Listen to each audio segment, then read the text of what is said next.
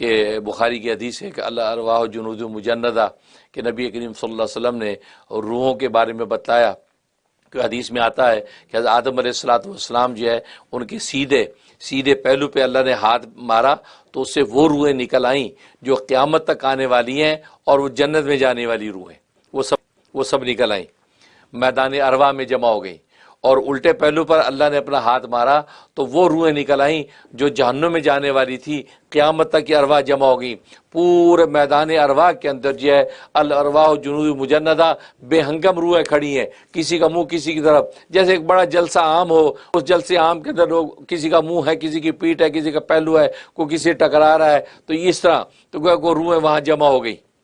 اور جب جمع ہو گئیں تو اللہ تبارک و تعالی نے ان سے سوال کیا، روح سے کیا سوال کیا؟ الستو بربکم، کیا میں تمہارا رب نہیں ہوں؟ یہ سوال کیا۔ اب ساری روحیں جن کو ابھی پیدا کیا ہے، ابھی سوال کر دیا، تو ہکا پکا ایک دوسرے کو دیکھنے لگی، ان کو سمجھنا ہے کہ یہ سوال کا جواب کیا ہے۔ تو فرمایا کہ کیا میں تمہارا رب نہیں ہوں؟ تو سب حیران ہوئی، تو کوئی جواب نہ دے سکا۔ تو سرکار دو عالم صلی اللہ علیہ وسلم فرماتے ہیں میں نے اس سوال کا جواب دیا، میں بلا شبہ آپ ہمارے رب ہیں۔ نبی پاک صلی اللہ علیہ وسلم کی روح محمدی نے سب سے پہلے جواب دیا، بلا شبہ آپ ہمارے رب ہیں۔ فرمایا کہ میں نے جیسے یہ بات کہی تو انبیاء کرام نے میرے اس سوال جواب کو فالو کیا، تو انبیاء کرام بھی پکارنے لگے بلا بلا بلا، یہاں تک اتنا شور پورا عالم ارواح کے اندر سب پکارنے لگے بلا بلا، بلا شبہ آپ ہمارے رب ہیں، بلا شبہ آپ ہمارے رب ہیں۔ تو یہ سوال کیا، تو گویا کہ یہ سوال عہد الست کے اندر جو ہے اللہ تبارک و تعالیٰ اپنی ربوبیت کا سوال کیا، کیا میں تمہارا رب نہیں ہوں؟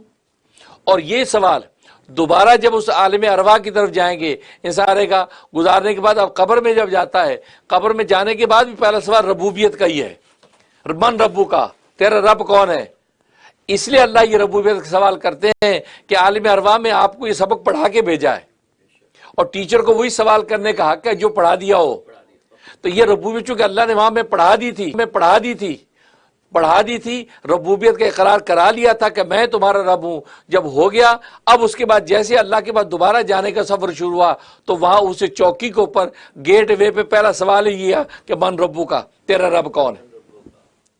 تو گویا کہ اللہ امتحان لے رہے ہیں کہ اس جواب کو جسے یاد رکھے اس کا جواب دے گا، اور یاد رکھنے کا مطلب یہ 60-70 سال کی زندگی میں اس ربوبیت کا حق ادا کیا، اس رب کو یاد کیا، اس کے سجدے دیے، اس کا ذکر کیا، اس کو پکارا، اس کے حکم کو پورا کیا ہوگا تو رب یاد رہے گا، تو ربوبیت یاد رہے گی، قبر میں اس کا جواب دے گا۔ اور پھر یہاں نکتے کی عجیب بات کہ پہلا سوال تھا الستو بربکم، کیا میں تمہارا رب نہیں ہوں؟ اب سوال ہے من ربو کا، تمہارا رب کون ہے؟ دونوں سوالوں کی نوعیت میں فرق کر دیا۔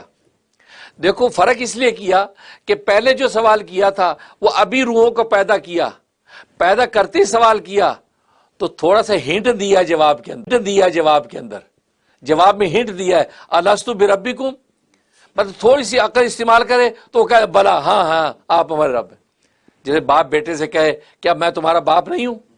تو بیٹا یہ سوال کے اندر بھی جواب ہے، بھئی تھوڑا سا دماغ کو زور لگا، میں تیرا باپ ہی ہوں۔ وہ کہے گا ہاں باپ میرے ابا ہے نا۔ تو ربا نے بھی سوال کیا الستو بربکم، کیا میں تمہارا رب نہیں ہوں؟ تو روحیں تھوڑا سا دماغ استعمال کریں، وہ کہے گا ہاں بلا، یہ آپ ہی ہمارے رب ہیں، کہ اور تو کوئی نظر نہیں آ رہا، آپ ہی ہیں، ٹھیک۔ تو وہاں وہ سوال ایسا کیا کہ تھوڑا جواب کا ہنٹ دے دیا، کیونکہ ابھی سبق پہلے کو، لیکن قبر کے اندر سوال کیا من ربو کا، تمہارا رب کون ہے، کیونکہ سبق پہلے سے پڑھا چکے ہیں، یا جواب کا ہنٹ نہیں دیا، یا کوڑا سوال کیا من ربو کا، تیرا رب کون ہے۔ تو ظاہر ہے کہ اگر پہلے سے سبق یاد کیا ہوگا تو جواب دے گا من ربو کا۔ اور پھر دوسرا سوال ہوگا کہ من نبیو کا، تیرا نبی کون ہے۔ اور ایک روایت میں آتا ہے نبی کریم صلی اللہ علیہ وسلم کا سراپا دکھایا جائے گا اور اشارہ کریں گے یہ شخصیت جو نظر آ رہی ہے ان کے بارے میں تو کیا کہتا ہے۔ نبی پاک صلی اللہ علیہ وسلم کو دیکھے گا، اور یہ دیکھنا مومن کافر دونوں کے لیے ہوگا۔ بخاری کی حدیث ہے کہ مومن جب دیکھے گا کہا گا وہ حاضر نبی، یہ تو میرے نبی ہیں، محمد صلی اللہ علیہ وسلم میرے نبی ہیں، وہ یہ بولے گا۔ اور کافر اور منافق کیا کہے گا، کہا کہ ہاں لا ادری، نہیں مجھے نہیں پتا کون ہے، میں تو ان کے بارے میں وہی کہتا رہا جو ساری دنیا کہتی تھی۔ ساری دنیا ان کو خدا نہ خاص ہے دہشت گرد کہتی تھی، میں بھی دہشت گرد کہتا تھا. ساری دنیا ان کو ٹیررسٹ کہتی، ساری دنیا ان کو خدا نہ خاص ہے فلاں فلاں نام القاب دیتی تھی، میں بھی یہ دیتا تھا. تو یہ بولے گا، جیسے ہی بولے گا تو حدیث میں آتا ہے کہ وہ جو فرشتے اتنے زور سے اس پر گرز ماریں گے کہ وہ 70 ہاتھ زمین میں دھنس جائے گا اور تیل کی طرح پگھل جائے گا، تیل کی طرح پگھل جائے گا. اس کے پھر اس کو بحال کر لیا جائے گا. پھر اگلا سوال ہوگا. تو گویا کہ نبی پاک صلی اللہ علیہ وسلم کے بارے میں. اور تیسرا سوال ہوگا ما دینو کا، تیرا دین کیا ہے؟ وہ کہے گا دین علیہ السلام، میرا دین اسلام ہے. تو یہ مومن سے جواب دے دے گا. اور منافق کیا کہے گا؟ ہاں لا ادری، نہیں جی نہیں مجھے کچھ پتہ نہیں کون سا دین کیا ہوتا ہے. فرمایا کہ اس کے اوپر پھر گرز مارے جائیں گے اور وہ تیل کی طرح پگھلے گا، 70 زمین میں دھنسے گا. اور پھر اس کے بعد جو ہے وہ جہنم کی کھڑکی کھول دی جائے گی اگر جہنمی ہے، اور جواب جو نہیں دے سکے گا. تو کہنے کا مقصد یہ، تو عالم ارواح کے اندر یہ سوال کریں گے، اس انداز سے سوال ہوگا. اور وہاں پر جیسے کہ حدیث میں آتا ہے کہ جس طریقے سے روحیں کھڑی ہیں وہ فیصلے وہیں پہ طے ہو گئے. جو مرد اور وہاں پاس کھڑے ہیں وہ دنیا میں میاں بیوی بنا دیے گئے.